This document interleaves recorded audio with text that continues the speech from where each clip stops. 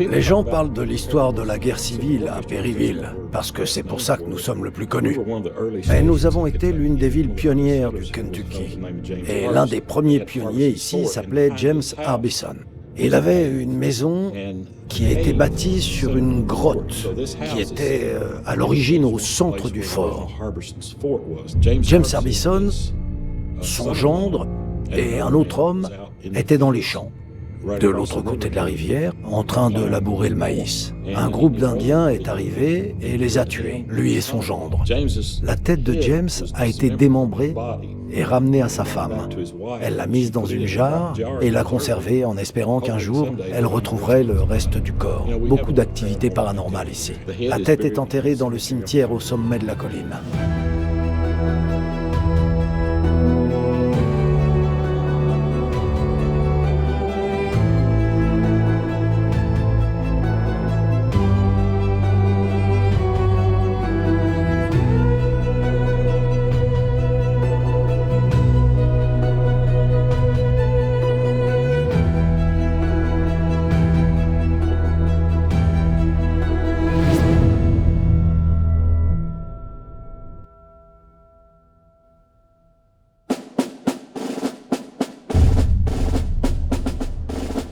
Je suis passionné par la guerre de sécession, je suis donc très enthousiaste à propos de cette affaire. Je suis allé à Antietam, à Gettysburg, à Vicksburg, mais je ne suis jamais allé à Perryville. J'ai lu beaucoup de choses à son sujet.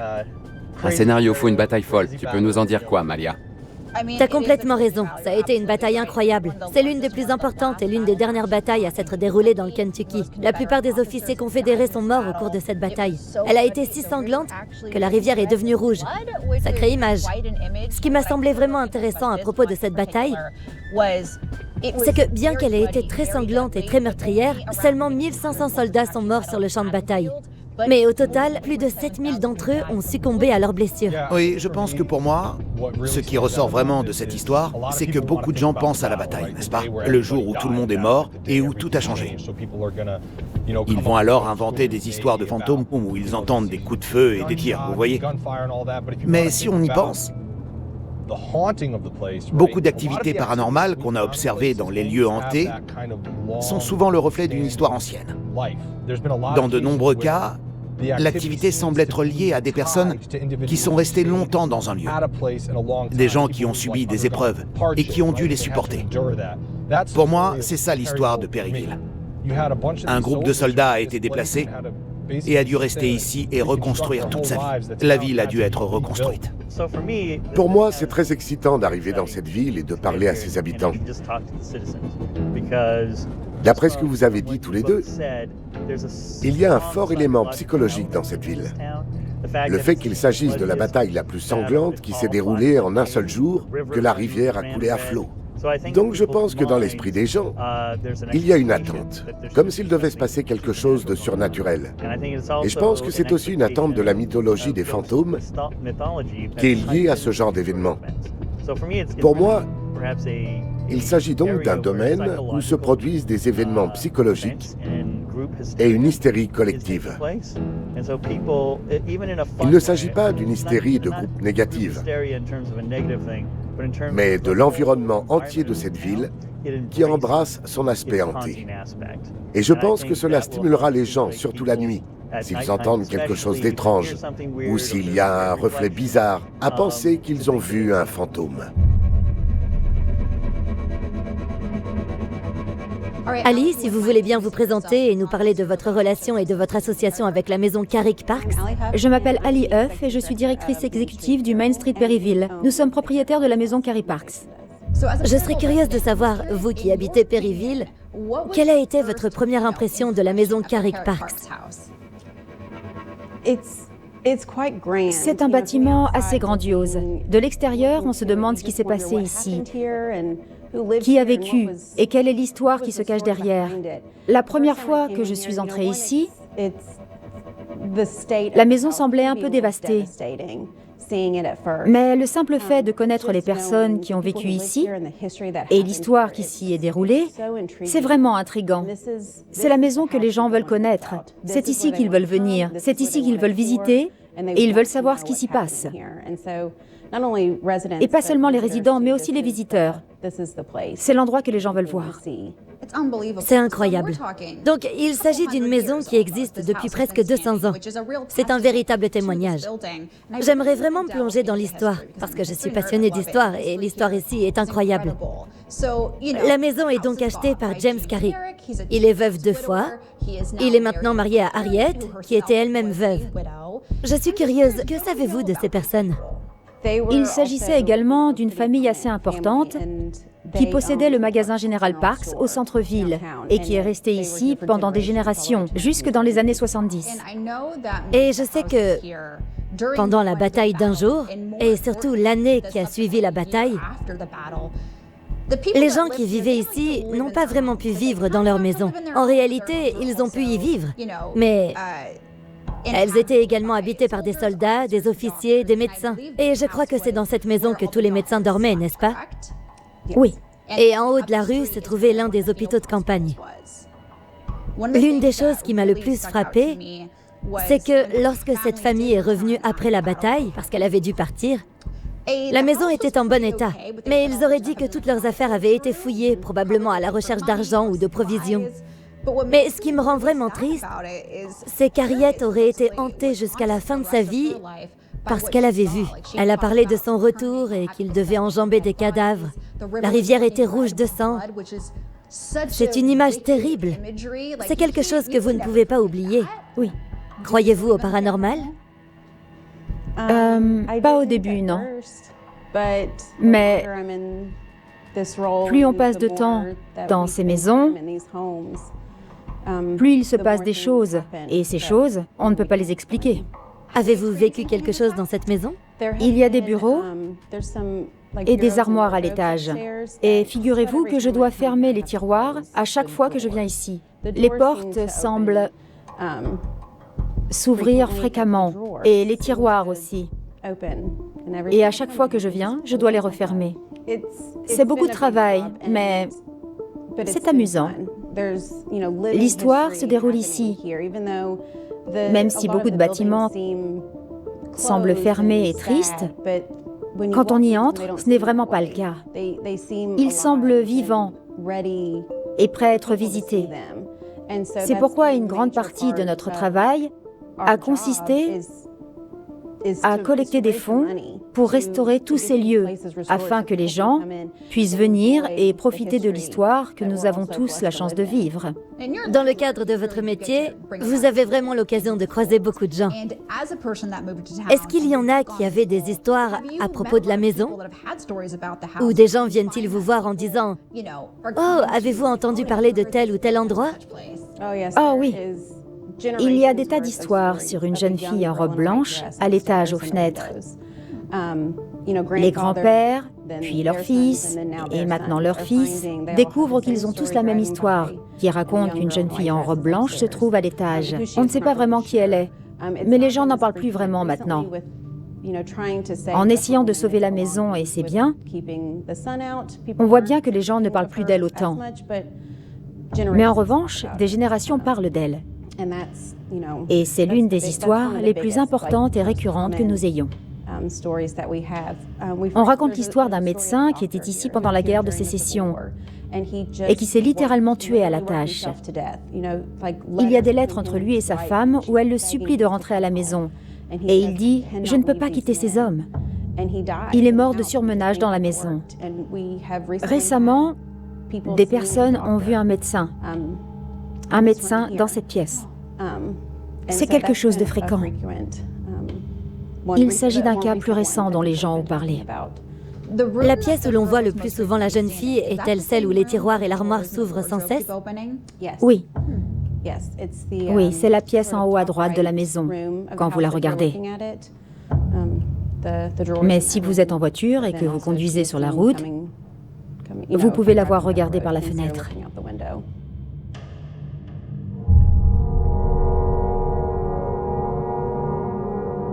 Je m'appelle Harold Edwards. Je suis natif de Perryville. J'ai toujours vécu ici. Ma famille s'est installée ici en 1782. Nous sommes donc ici depuis plusieurs générations. Nous avons beaucoup d'activités paranormales ici. Nous y avons vu une opportunité de partager ça avec les gens et de collecter des fonds pour notre programme Main Street afin de préserver des maisons comme celle-ci et des bâtiments historiques. Nous avons capturé beaucoup de choses, des images aux fenêtres, des sons, des orbes, toutes sortes de choses qui se produisent lors de nos visites. La dame à la fenêtre est la plus courante. Est-ce Madame Laura? Je n'en sais rien. Mais à l'arrière de la maison, il y a une fenêtre que je pourrais vous indiquer. Plusieurs personnes ont vu la dame debout à la fenêtre et elle semble pas particulièrement intéressée par quoi que ce soit. Elle se tient juste là, regardant dans le vide. Elle peut apparaître pendant 1 seconde ou 2, elle peut rester là pendant 5 minutes, mais nous ne savons pas de quoi il s'agit. Nous ne savons pas si Madame Laura est à la recherche de sa famille, si elle lui manque ou si elle veut que nous sachions qu'elle est toujours là.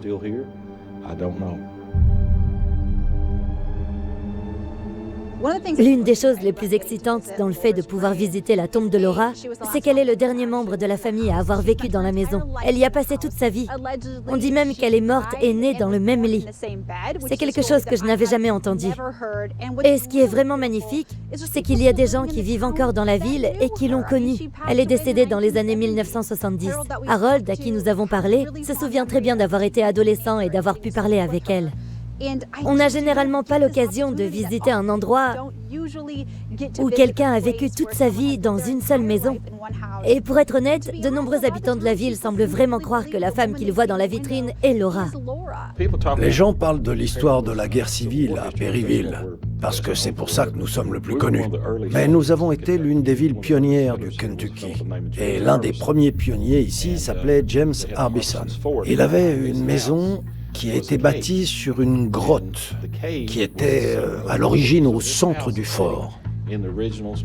À l'époque, un fort se composait probablement de 3 ou 4 maisons en rondins, entourées d'une structure en forme d'enclos pour servir de rempart contre les Indiens. James Harbison, son gendre et un autre homme étaient dans les champs, de l'autre côté de la rivière, en train de labourer le maïs. Un groupe d'Indiens est arrivé et les a tués, lui et son gendre. La tête de James a été démembrée et ramenée à sa femme.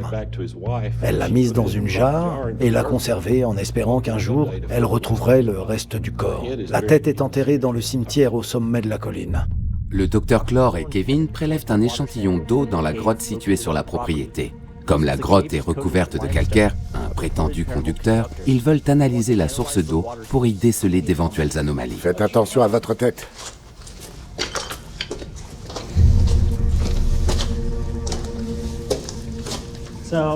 Nous prélevons l'échantillon pour voir s'il y a des contaminants dans l'eau. Il pourrait faire croire aux gens qu'ils voient quelque chose, qu'ils ont des hallucinations, qu'ils entendent des bruits ou qu'ils voient des fantômes. C'est peu probable, mais nous devons tout examiner. C'est la première fois que je vais sous terre, ici dans le Kentucky. C'est très intéressant de voir ce calcaire. Bien sûr, de mon point de vue, ça ne va pas provoquer de phénomènes surnaturels.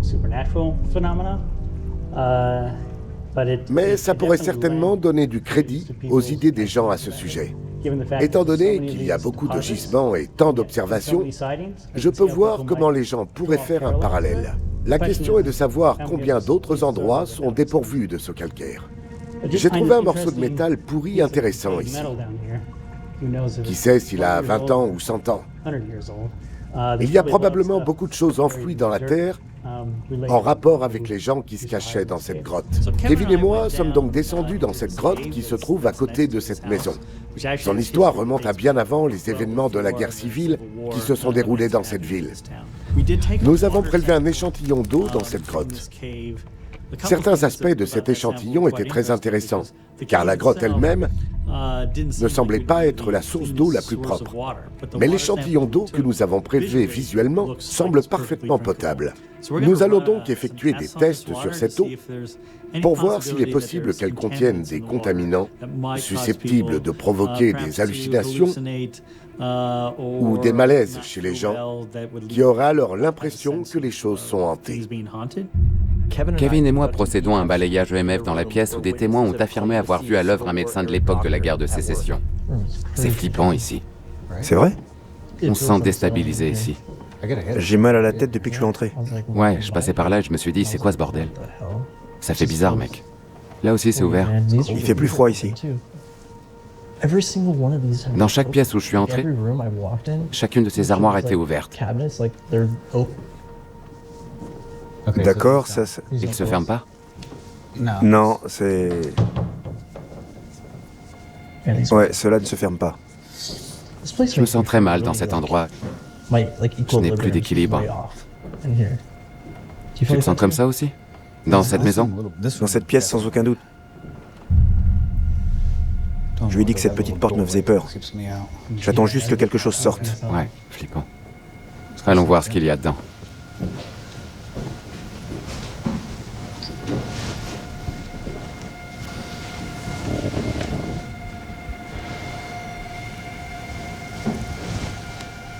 Malia et le docteur Clore se penchent sur les affirmations selon lesquelles les portes des armoires s'ouvrent d'elles-mêmes dans la maison. Ils pensent qu'il y a une explication pratique à ces affirmations. Vous voulez commencer dans cette pièce? Bien sûr. D'accord.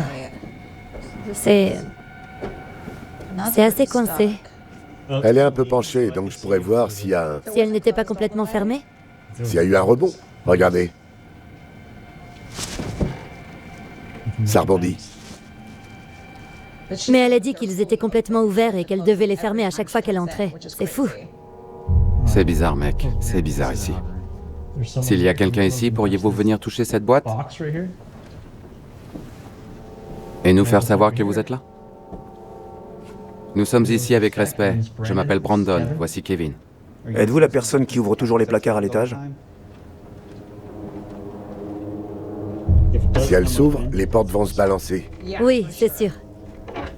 Enfin, pas les sols. Ouais, elle est penchée vers l'avant. Ils sont très lourds. Ils ont plus de chances de rentrer que de sortir. Que de sortir, oui.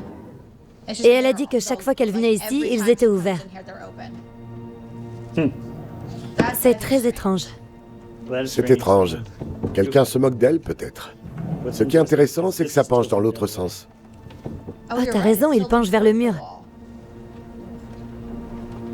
Les autres sont vraiment ouverts. Oui, il n'y a pas d'explication à ça. Celle-ci est facile à expliquer. Il s'est effondré, littéralement. Combien de mètres pensez-vous qu'il y a ici? C'est pas loin. 15 mètres. 15 mètres. Avant la guerre de sécession, nous savons combien de personnes sont mortes ici pendant la bataille de Perryville et dans les années qui ont suivi.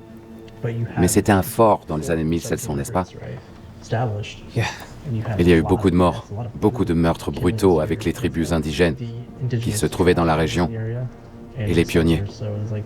C'était donc comme si cette terre était imbibée de sang. Alors que nous roulions vers Perryville aujourd'hui, j'ai découvert que mon arrière-arrière-arrière-grand-père faisait partie du 85e régiment d'infanterie de l'Ohio. Ils étaient dans le Kentucky et à Perryville. Alors, non seulement j'ai un lien avec cette ville et avec ce moment particulier de la guerre de sécession, mais je sais aussi que mon arrière-arrière-arrière-grand-père a perdu son bras et il est très possible que cela se soit produit à la bataille de Perryville. Il semblerait que tous les soldats soient restés à l'extérieur et que les officiers aient littéralement séjourné ici. Oui, mais je peux pas imaginer que dans un conflit de cette ampleur, des personnes n'aient pas été transportées dans chaque... Partout, oui. Je l'imagine très clairement dans ma tête. Ouais. Des blessés transportés dans toutes sortes d'endroits. On peut pas se contenter de dire, cette belle maison, on va la laisser aux officiers. C'est vrai, c'est vrai. En fait, si on réfléchit bien, c'est du côté confédéré que le plus grand nombre d'officiers ont été tués. Je le dis pas souvent, mais je dois sortir de cette pièce. Je me sens mal. Je me sens pas bien, je vais sortir. C'est bizarre ce qu'on ressent dans cette pièce. Je me sens pas bien. Je me sens physiquement malade. C'est vraiment bizarre. Je vais sortir un moment. Je vais attendre un peu. Je vais juste mettre ça là, parce que pourquoi pas? Exactement. Pourquoi pas? S'il y a ici quelqu'un de la famille Carrick ou Parks, pourriez-vous, s'il vous plaît, aller toucher la boîte?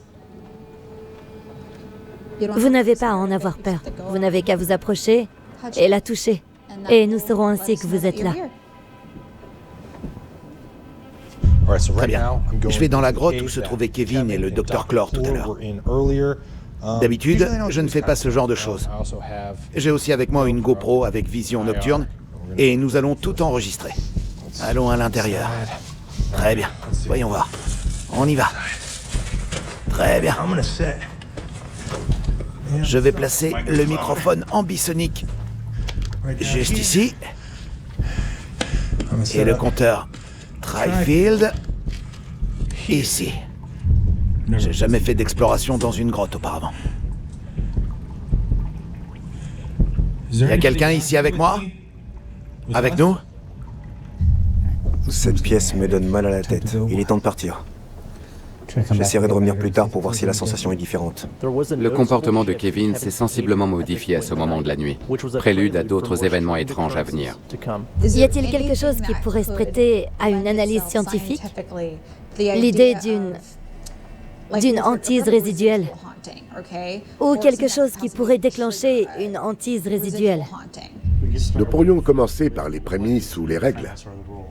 Donc, si nous disons que la prémisse, c'est qu'il y a une sorte d'énergie capturée ici, ne plongeons pas dans la science pour savoir si nous l'avons démontré, mais disons qu'il y a une prémisse.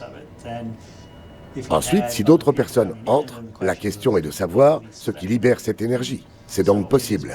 Ah, C'était intéressant. c'était intéressant. Ce qui libère cette énergie pourrait dépendre... Waouh, Je parle de libérer de l'énergie et... c'est intéressant. Ce n'est pas un grand signal, mais c'est bleu. Il a mesuré la pression et la température. C'était ça? Oui, et puis, oui, il a fait la pression, la température et... Tous. Oui, la température a baissé, la pression aussi. Est-ce que quelqu'un essaye de communiquer avec nous en ce moment? Ça s'est produit au moment où nous parlions de l'énergie qui la libère. L'énergie. Et là, c'est intéressant. Oui, c'est vrai. C'est très intéressant. Parce que dans votre théorie, s'il était là, si quelque chose arrive, il pourrait le déclencher. Je veux dire, c'est possible. En supposant que la première prémisse soit correcte. Quoi? Alors que Mustapha explore la grotte avec le caméraman, leur attention est attirée par un bruit étrange. À ce moment-là, le Tri-Field détecte un signal étrange, puis se déplace de lui-même. Y a que de l'eau là-dedans. T'as raison, mec. C'est un reflet, non? Oui. Dans cette séquence améliorée, on peut voir un pic de plus d'1 milligauss dès que le compteur se déplace de lui-même. En raison de la configuration de la grotte, il est peu probable que le vent pénètre dans cette zone et fasse tomber l'appareil. S'il y a quelqu'un ici en ce moment, pourriez-vous le déclencher encore une fois, s'il vous plaît?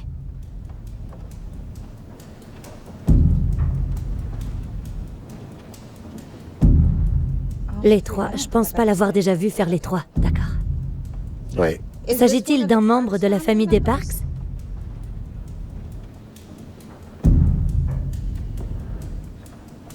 Est-ce Laura Parks? S'agit-il simplement d'une entité énergétique? Oui, Cela nous amène à reparler d'énergie. sérieusement. C'est bizarre parce que c'est à ce moment-là qu'on a parlé d'énergie. Oui, c'était intéressant. Je suis vraiment curieuse de savoir si quelqu'un d'autre... C'est enregistré? Oui, tout à fait. On peut donc leur descendre. Brandon va y jeter un œil. Oui. Oui, c'est... Après avoir obtenu ces résultats, on est resté assis à parler pendant un certain temps, ou debout à parler pendant un certain temps, et ça ne marchait pas. On est parti, puis on est revenu, et on a testé l'idée de ce flux. Flux, oui. Et puis, Il a été déclenché à plusieurs reprises. très intéressant. Je peux pas dire scientifiquement ce que ça signifie, mais je peux dire que c'est intéressant par rapport au fait de ne rien faire. Absolument. Je veux dire, bien sûr, que je fais ça avec Brandon depuis, je crois, je sais pas, 14 ans. Waouh. Mais sur un court laps de temps. Puis je m'arrête parce que je vais faire mes autres travaux scientifiques et je reviens. Bien sûr, je crois pas qu'il faille nécessairement un changement de pression dans un sens ou dans l'autre. Oui, Je pense qu'il y a à nouveau des classifications de phénomènes. Donc s'il y a quelque chose de réel, il y a une classification où la pression change. Mais je vous parie qu'il y a une toute autre classification s'il y a quelque chose de réel, ou pas. absolument. Vous voyez? Oui. Il est d'accord avec moi. Oui, il est d'accord avec vous. C'est en fait une entité scientifique que j'ai ramenée d'Alpha Centauri. C'est comme un tour de magie, oui. Pour se moquer de vous. Si on veut appliquer la méthode scientifique à la recherche paranormale, il faut suivre des règles très strictes. La première est qu'il faut s'assurer que les instruments ont été testés et retestés pour éviter les faux signaux. Et même les meilleurs instruments, ce qui coûte des centaines de milliers de dollars, des millions et des millions de dollars, donnent tout le temps de faux signaux en science. Nous procédons donc à des étalonnages, à des réétalonnages, et nous testons souvent plusieurs instruments. C'est rarement le cas dans les recherches sur le paranormal. Et il faut le faire si on veut que le résultat soit fiable. Il en va de même pour tout autre type d'expérience. Ainsi, pour protéger les changements de pression ou de température, il faut tester et voir si dans un endroit ordinaire, on peut obtenir des fluctuations similaires à celles que l'on observe dans un endroit comme celui-ci. Mustapha et le Dr Clore se rendent dans la chambre du médecin pour tenter de détecter tout signal anormal. Intéressant. En traversant ce couloir, nous avons capté un signal Z important. Ouais. Quand je me suis retourné pour la première fois, on avait un EMF élevé. Ça n'a pas de sens. Non. En fait, il y a une sorte d'effet magnétique qui oscille ici. Vraiment? Maintenant, c'est super haut dans cette pièce. Nous verrons ce qui se passera quand nous irons dans l'autre pièce. Alors c'est bizarre? Ouais, c'est bizarre qu'il ait fait ça. Je suis pas sûr que vous puissiez le voir, mais... Brandon et Kevin sortent de la chambre du médecin. Ils ont l'air d'être dans un état second. Je le dis pas souvent, mais je dois sortir de cette pièce. Je me sens mal. Je me sens pas bien. Je vais sortir. C'est bizarre ce qu'on ressent dans cette pièce. Donc, nous sommes entrés dans cette pièce. Et Harry et moi avons sorti l'application Firefox. Et si elle obtient le sceau d'approbation de Harry, elle a mon sceau d'approbation. Et il commence à tester les fréquences EMF avec le manomètre. Il s'agit donc de mesurer les axes X, Y et Z de la ligne de champ magnétique, c'est-à-dire la fluctuation et l'intensité. Nous constatons donc une différence sur l'axe Z. L'un des instruments que nous avons utilisé dans le cadre de cette enquête n'est pas un appareil normalement utilisé pour les recherches sur le paranormal. J'ai utilisé mon téléphone avec une application qui permet d'accéder au capteur de l'iPhone de différentes manières. En particulier, nous utilisons l'application Firefox et la raison en est qu'il ne s'agit pas d'une application paranormale. Il s'agit d'une application que les enseignants et les éducateurs peuvent utiliser pour réaliser des expériences. Les capteurs qu'elle contient sont extrêmement sensibles. Il s'agit donc d'un bon dispositif de test secondaire qui, à bien des égards, peut donner de meilleurs résultats que les instruments que nous avons et qui sont spécifiquement conçus pour mesurer différentes choses. Ça pourrait expliquer pourquoi Brandon et Kevin ont dit qu'ils se sentaient comme... Ah oui, certaines personnes sont très sensibles aux fluctuations des ondes électromagnétiques. C'est pour ça que j'ai fait cette recherche. Oh, donc nous avons eu un pic de EMF ici, quand vous êtes entrés? Oui, cette pièce semble avoir un niveau naturellement élevé. Regardez, ça recommence. Nous utilisons une application appelée Firefox. Elle a été développée par l'université d'Aix-la-Chapelle. Il s'agit d'une application éducative pour les enseignants, les enfants et les familles. Je la recommande donc vivement en tant que personne qui promeut les sciences et la culture scientifique. En plus, elle est très sensible. Mustapha et moi revenons de la pièce où vous vous sentiez mal à l'aise. J'ai donc décidé d'utiliser un maniomètre à 3 axes qui est intégré à mon iPhone, car c'est ainsi que l'on obtient une bonne lecture générale. Ce qui est intéressant, c'est que nous avons obtenu un endroit constant où si vous changez l'emplacement de quelques mètres, vous obtiendrez des décalages de 40 microtesla de manière constante. Ainsi, je peux me déplacer en position A. C'est 40 microtesla plus haut. Puis aller ici, et maintenant, c'est 40 plus bas. Et ainsi de suite. Ainsi, parce que nous pouvons le répéter, ce n'est pas lié à la position du téléphone près de mon corps, ce n'est pas lié aux caméras. Il y a certainement un changement qui se produit à cet endroit. Apparemment, je n'y suis pas sensible. Mais il est possible que vous et d'autres personnes dans la maison le soient. Nous n'avons pas encore cartographié le reste de la maison. Je vais donc le faire, me promener dans les autres pièces, et voir ce que nous obtenons. Je pense que nous devrions faire quelques tours en solo, juste pour réduire la contamination autant que possible. Donc ça ne te dérange pas d'aller là-bas, de prendre la caméra de contrôle et de te promener en essayant d'entamer un dialogue si possible? Pas de souci. T'es d'accord? Super. Alors Malia, on te garde ici au centre névralgique. D'accord. Ensuite, Harry, Mustapha et moi allons un peu sortir du bâtiment. Ensuite, une fois que nous aurons terminé, nous irons cartographier le reste de la maison. L'humeur de Kevin continue de changer au cours de son balayage en solo au 2e étage. Très bien. Jusqu'à l'escalier, chambre à droite. Il n'y a qu'un seul lit. Je me sentais vraiment pas bien ici tout à l'heure. J'ai le DI ici, dans la fenêtre. Alors que Malia surveille les caméras de contrôle du centre névralgique, elle remarque le comportement étrange de Kevin. Elle lui demande de suspendre son enquête. Kevin, je peux te parler une seconde? On va aller dans une autre pièce. Ça va te paraître bizarre, mais je suis un peu inquiète pour toi parce que j'ai l'impression que ton énergie est un peu différente de celle de tous les autres endroits où on est allé. Et du coup, je voulais te demander si t'allais bien. Ouais, cet endroit est... je sais pas. J'ai un peu mal à la tête, ici, juste derrière mes oreilles. D'accord. Mais je sais pas si c'est l'endroit... Je sais pas si c'est la différence de micro-Tesla que le docteur Clore a détecté dans l'autre pièce, parce que j'ai pas vérifié le reste de la maison. Oui. Le sentiment est un peu différent ici. C'est juste que je t'ai jamais vu comme ça. Et je pense honnêtement que je commence à m'inquiéter. Parce que d'habitude, t'es super solide. Et là, j'ai l'impression que t'es pas dans ton élément. C'est comme si j'avais une douleur ici et qu'elle s'arrêtait. Je ressens une douleur ailleurs et puis elle s'arrête. J'ai des vertiges et puis ça s'arrête.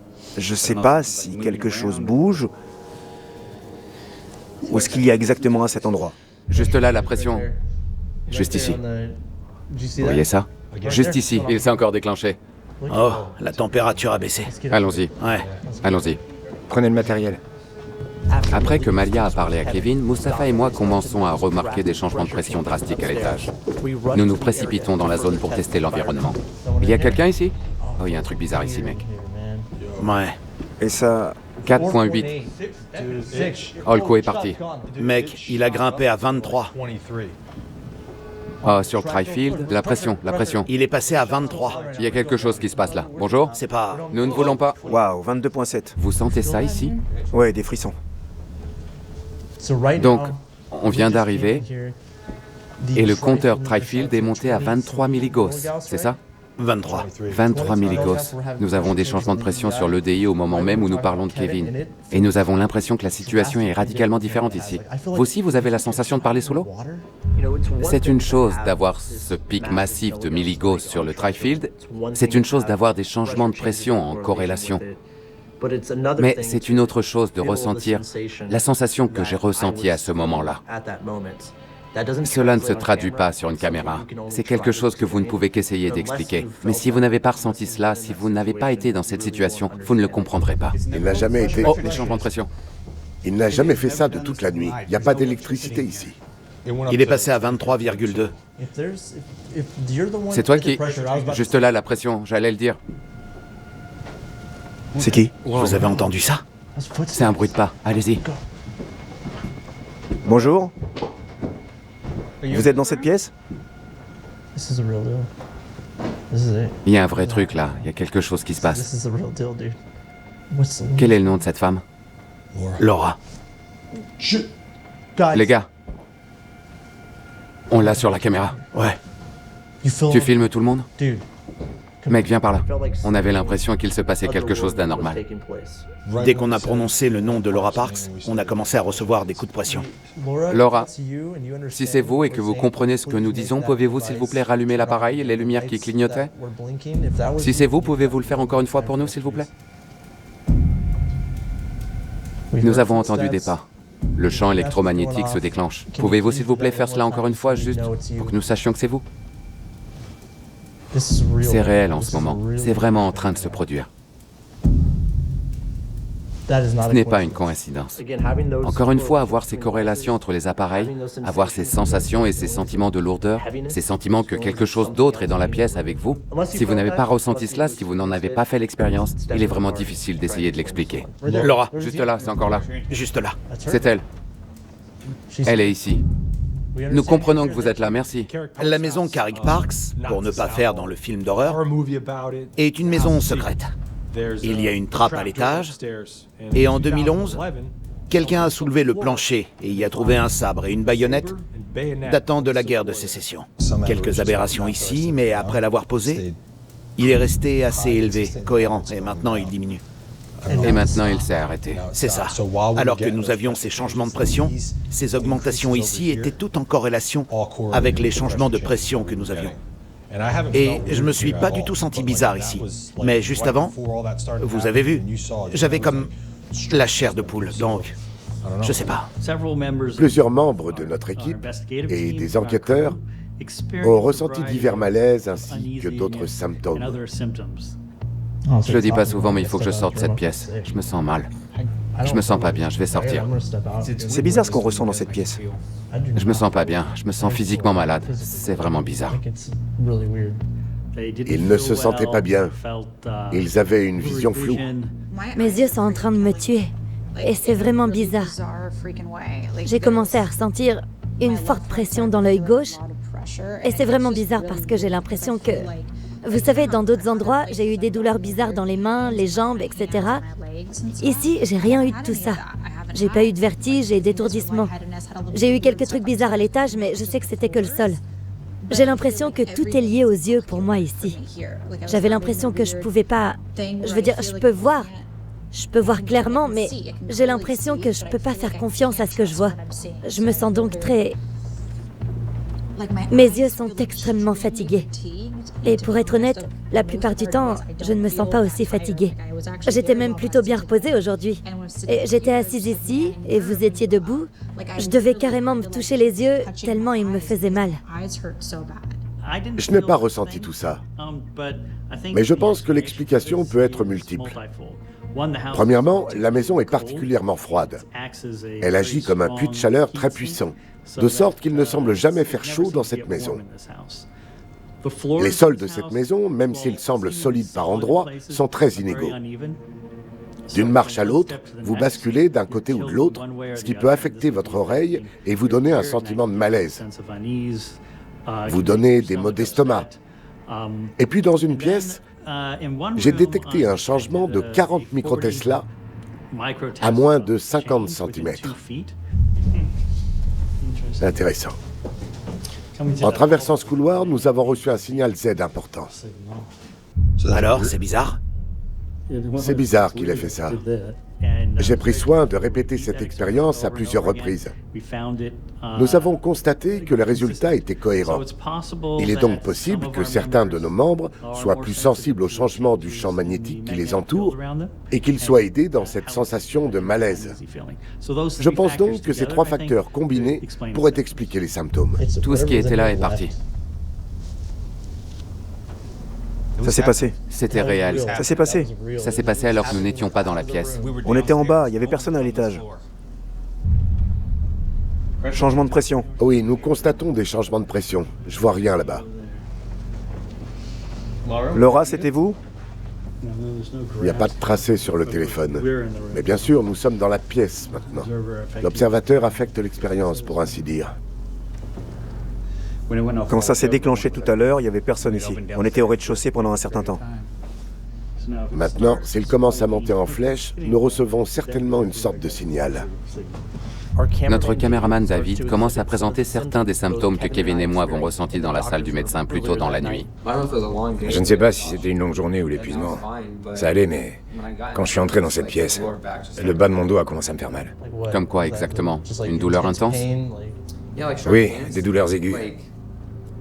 Je sais pas si c'est la compression ou le fait d'avoir souffert longtemps. Ce n'est que lorsque tu es entré dans la deuxième pièce ou dans cette pièce? Oui, comme si j'allais m'endormir, directement. Tu t'es senti vidé? Oui, j'étais sur le point de tomber face contre terre. J'ai eu l'impression que tous mes muscles avaient lâché. Ce qui m'incite à poursuivre mes recherches sur le paranormal et à entretenir ma passion, c'est le fait qu'il y a une chance que certains de ces phénomènes se produisent. Et quand on pense à l'histoire d'un lieu, Perryville, on pense à tous les hommes qui y ont perdu la vie. Essayer de garder l'histoire vivante, essayer de trouver des réponses lorsqu'il s'agit de phénomènes surnaturels est quelque chose qui entretient ma passion. C'était très intéressant d'enquêter avec le Dr. Clore, parce que je pense que personnellement, j'envisage les choses de manière plus scientifique que je ne le faisais peut-être auparavant. J'ai l'impression d'utiliser des mots comme théorie plus souvent que dans d'autres enquêtes. Sa passion et ses connaissances nous aident à faire avancer nos recherches et à les mettre en perspective. La maison des Carrick et des Parks possède les éléments parfaits d'une hantise qui exciterait n'importe quel enquêteur paranormal. Avec son histoire et ses prétendues apparitions, ce lieu unique n'était pas seulement une structure idéale pour notre première enquête à Perryville, mais il s'est avéré être un point chaud actif qui nous a laissé avec plusieurs questions. Les niveaux élevés de MF enregistrés par le Dr. Clore sont-ils à l'origine des étranges changements de comportement de notre équipe? Ou ces expériences ont-elles quelque chose à voir avec les changements soudains de l'environnement que nous avons capturé? L'échantillon d'eau prélevé par le Dr. Clore dans la grotte n'a pas été concluant et n'a pas permis d'expliquer de manière naturelle les expériences paranormales sur la propriété. Nous poursuivons notre recherche de réponses aux allégations de hantise de Perryville en nous rendant sur le site de l'une des batailles les plus sanglantes de la guerre de sécession, qui a changé à jamais l'histoire de la ville. L'équipe se sépare pour enquêter sur 2 propriétés différentes associées à une bataille et pour tester une nouvelle théorie paranormale. L'activité fantomatique peut-elle se manifester simultanément dans des lieux distincts? Ou pouvons-nous trouver une explication naturelle dont les habitants de Perryville et les visiteurs jurent avoir été les témoins directs?